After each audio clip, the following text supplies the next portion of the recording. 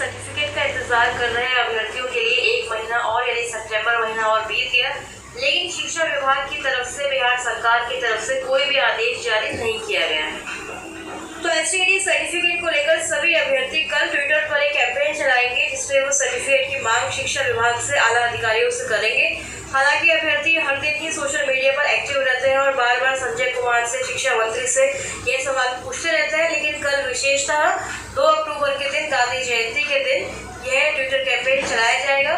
तो देखना होगा कि सरकार का ध्यान इस ओर जाता है और इसका कितना असर सरकार पर, शिक्षा विभाग पर पड़ता है। साथ ही आपको बता दें कि 4 अक्टूबर 2021 को भी एक और आंदोलन प्रस्तावित है।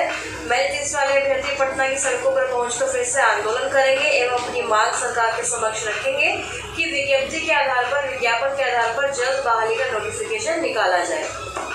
पटना हाईकोर्ट में दायर केसेस की बात करें तो आप जानते हैं कि एसटीडी मेरिट और नॉट इन मेरिट दोनों ही अभ्यर्थियों की तरफ से केसेस जो है पटना हाईकोर्ट में दायर है। कई तरह के केसेस है, कुछ केसेस के बारे में अभी तक हम लोगों को अपडेट्स भी नहीं मिल पा रही है और काफी दिनों से कोई अपडेट जो है हाईकोर्ट की साइट पर भी नहीं नजर आ रही थी, सीरियल नंबर वगैरह नहीं दिख रहा था।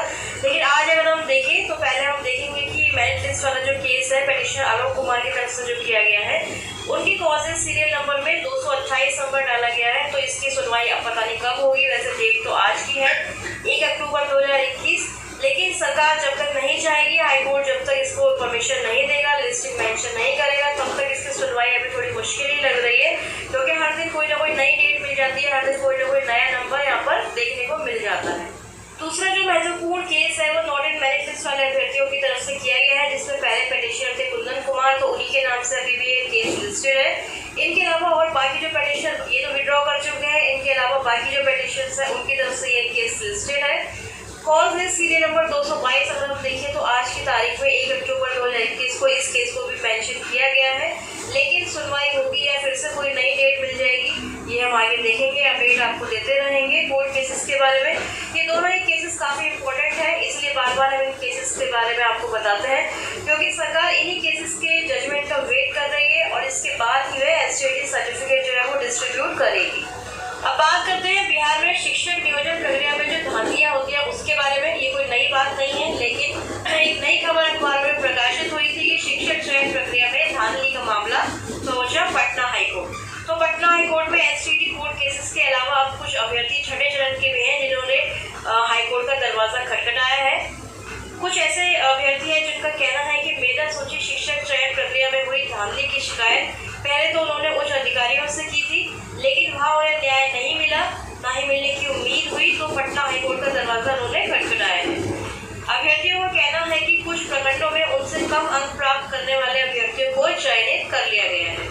तो इस तरह के मामले कई जगह से सामने आ रहे हैं। यहाँ पर भी लिखा गया है कि शिक्षक बहाली हेतु आयोजित जब काउंसलिंग हुई थी तो उसमें ईडब्ल्यूएस के जो अभ्यर्थी थे वो वहाँ मौजूद थे, लेकिन उनका नाम नहीं पुकारा गया। इसी तरह की शिकायत अन्य प्रखंडों से भी निकलकर आई है। यह खबर औरंगाबाद जिले की है।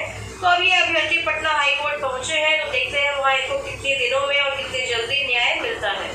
इसके अलावा किशनगंज जिले से भी यह लेटर निकलकर सामने आया है, जहाँ लिखा गया है कि नियोजन इकाइयों में त्रुटियां पाई गई, जिसके फलाफल से योग्य अभ्यर्थियों का चयन प्रभावित हुआ है। तो यह खबर पोठिया प्रखंड के अंतर्गत ग्राम पंचायत गोरूघाट प्रखंड से आई है, जहाँ पर शिक्षक नियोजन प्रक्रिया में अनियमितता से संबंधित अभ्यर्थियों द्वारा समर्पित परिवार पत्रों के आलोक में उपरोक्त नियोजन इकाइयों में त्रुटियों के संबंध में यह आदेश जारी किया गया है, जिसके फलस्वरूप जो अभ्यर्थी चयनित हुए थे उनका चयन भी प्रभावित होता दिख रहा है।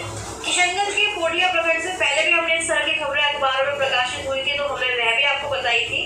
यहाँ दूसरा एक पंचायत है पोठिया प्रखंड है, ग्राम पंचायत रायपुर प्रखंड पोठिया। यहाँ पर भी जो शिक्षक नियोजन में अनियमितता पाई गई है, नियोजन इकाइयों में त्रुटियां पाई गई, जिसके फलाफल से योग्य अभ्यर्थी का चयन जो है वो डेफिनेटली प्रभावित होता दिख रहा है। किशनगंज जिले के एक और प्रखंड कोचा धामन से भी ये लेटर कार्यालय आदेश निकाला गया है कि ग्राम पंचायत पाटकोई में भी शिक्षक नियोजन में कुछ ऐसी धांधली हुई थी, जिससे कुछ त्रुटियां पाई गई। कम अंक वाले अभ्यर्थियों का चयन कर लिया गया, दूसरे जो योग्य अभ्यर्थी थे उनका नाम नहीं बुलाया गया। तो इस कारण से भी ये त्रुटियां पाई गई हैं, तो योग्य अभ्यर्थियों का चयन यहाँ पर भी प्रभावित हुआ है और काउंसलिंग को अभी तुरंत रद्द कर दिया गया है। तो देखते हैं दोबारा यहाँ पर कब काउंसलिंग होगी, क्योंकि हम देख रहे हैं कि किसी तरह की काउंसलिंग का शेड्यूल तो जारी नहीं किया जा रहा है। तो जो चयनित अभ्यर्थी थे वो अभी भी निश्चित ना हो, उनका जो चयन है वो रद्द भी किया जा सकता है, कुछ न कुछ धांधली तो इस कारण से योग्य अभ्यर्थी जो है उनका चयन काफी ज्यादा प्रभावित होता दिख रहा है।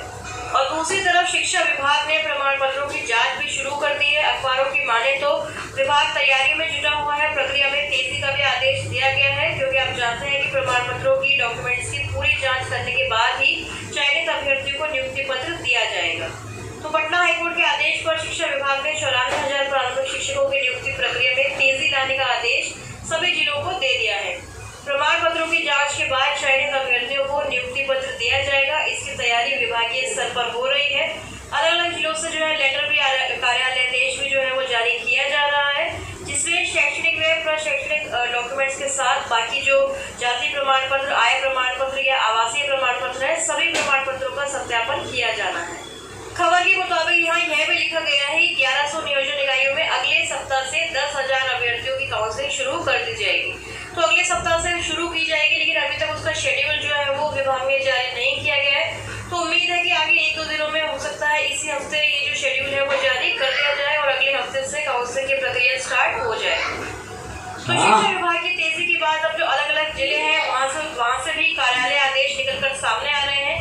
अलग अलग जिलों के डीईओ जो है वो लेटर निकालकर जारी कर रहे हैं आदेश की जो नियोजन पत्र से संबंधित जो भी कार्यवाही है उसके लिए वो शिक्षकों को प्रतिनियुक्त किया जा रहा है और प्रमाण पत्र सत्यापन का काम काफी तेजी से शुरू कर दिया गया है। शिवहर जिले से यह लेटर आया है। उसके बाद हम देखते हैं कटिहार जिले का भी यह कार्यालय आदेश सामने आया हुआ है। तो यहाँ पर भी जो है डॉक्यूमेंट्स का वेरिफिकेशन स्टार्ट हो जाएगा। उसके बाद हम देखेंगे कि नालंदा जिले का भी प्रमाण पत्रों के लिए सत्यापन के लिए जो है लेटर जारी कर दिया गया है। तो अलग अलग जिले जो है इसकी तैयारी में जुट चुके हैं। जहानाबाद से भी लेटर आया हुआ है। किशनगंज की बात करें तो वहां से भी लेटर जारी किया गया है। कोषांग का गठन किया गया है। सभी प्रमाण पत्रों की शैक्षणिक व प्रशैक्षणिक डॉक्यूमेंट सभी की जांच पूरी तरह से करने का जो आदेश है, ऑर्डर है, वो दिया गया है। भोजपुर, आरा, हर तरफ से हम देख रहे हैं कि लेटर निकल कर आ रहे हैं और डॉक्यूमेंट्स के जो सत्यापन है उसका कार्य जो है वो तेजी से शुरू किया जा रहा है।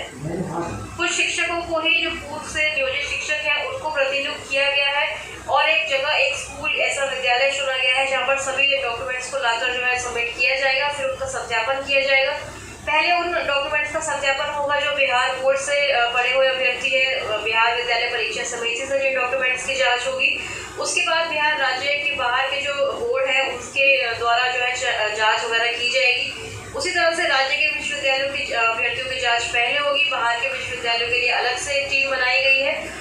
तो इस तरह से अलग अलग जिलों ने अलग अलग कोषांग गठित किए हैं। तो देखते हैं कितनी जल्दी 31 अक्टूबर तक यह कार्यवाही जो है वो समाप्त हो जाती है और जो अभ्यर्थी अभी 2 राउंड की काउंसलिंग में चयनित हुए हैं उनके डॉक्यूमेंट्स की वेरिफिकेशन हो जाएगी। उसके बाद अगर तीसरे चरण की काउंसलिंग